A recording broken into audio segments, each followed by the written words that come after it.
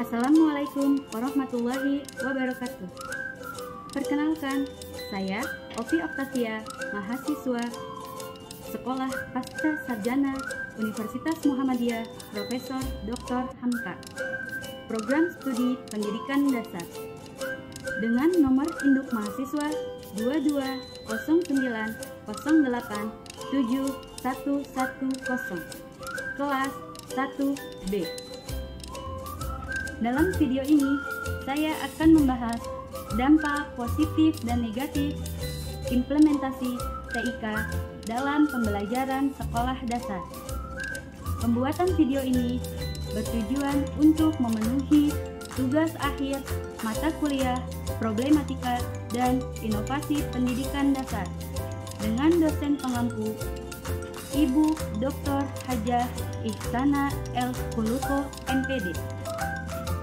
Di zaman modern seperti saat ini, teknologi merupakan hal yang lumrah dan sudah menjadi rutinitas kita sehari-hari. Teknologi sangatlah penting bagi dunia pendidikan di Indonesia. Pendidikan merupakan suatu wadah untuk memanusiakan manusia.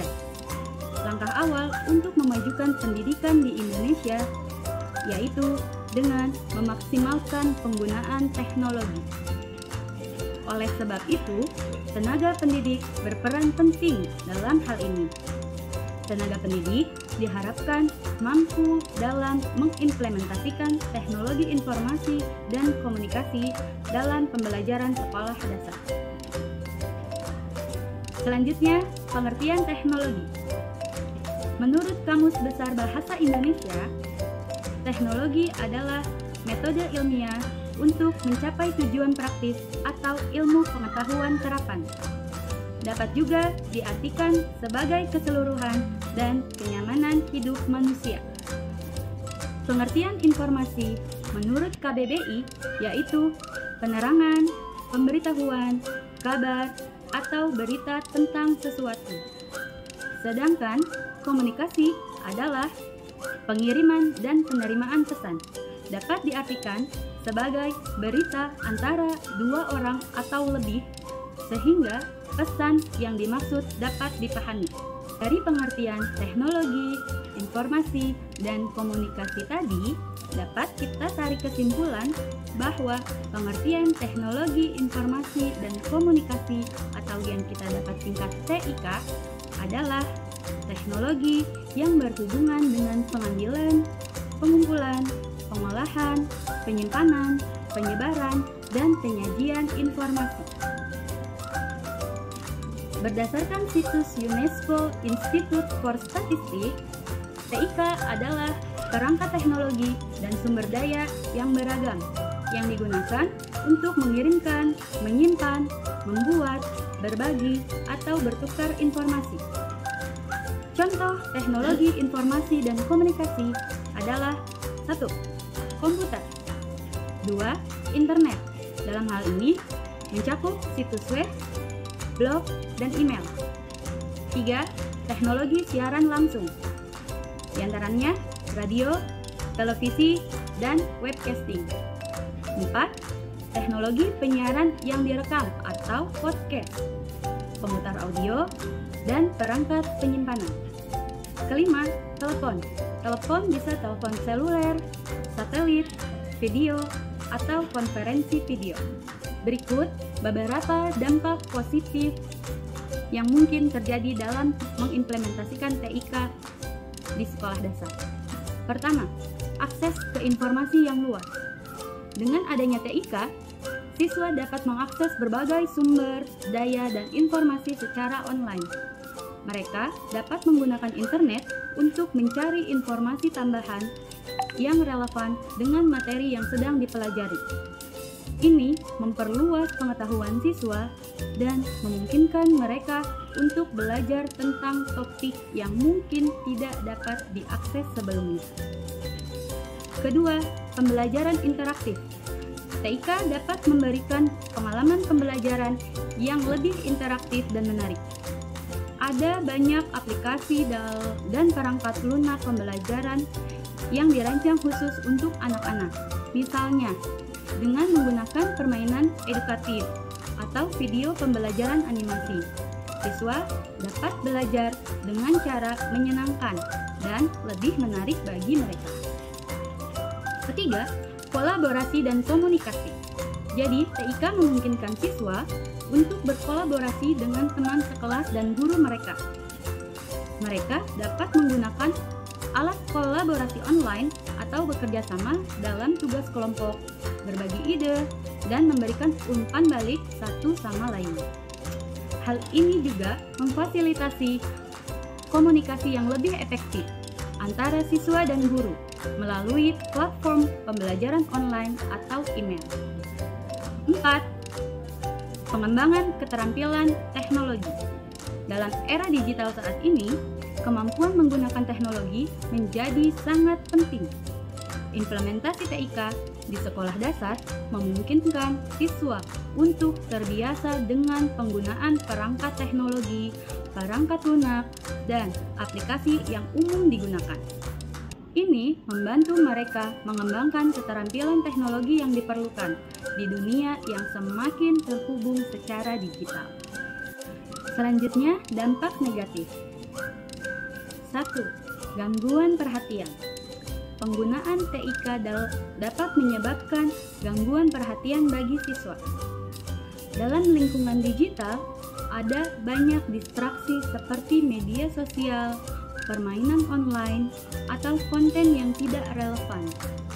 Hal ini dapat mengganggu fokus siswa pada pembelajaran dan menyebabkan penurunan produktivitas mereka.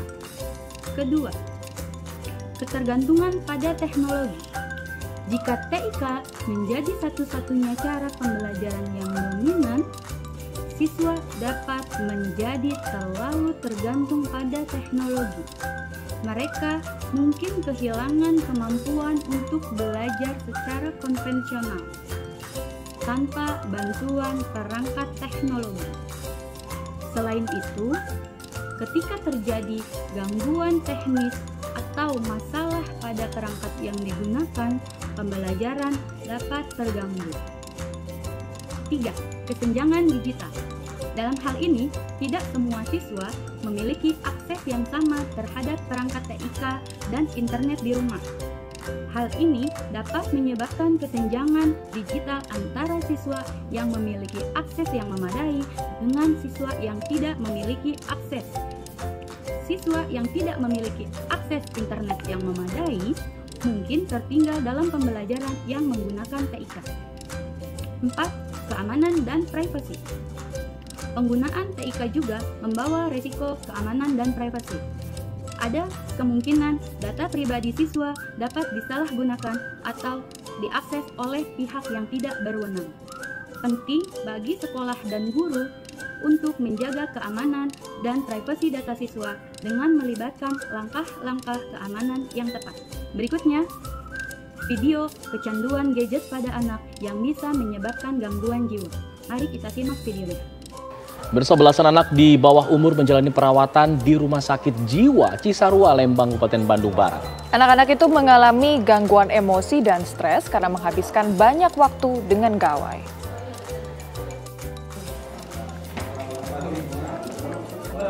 Rumah Sakit Jiwa Cisarua, Lembang, Kabupaten Bandung Barat dalam 2 bulan terakhir merawat belasan anak yang kecanduan gawai.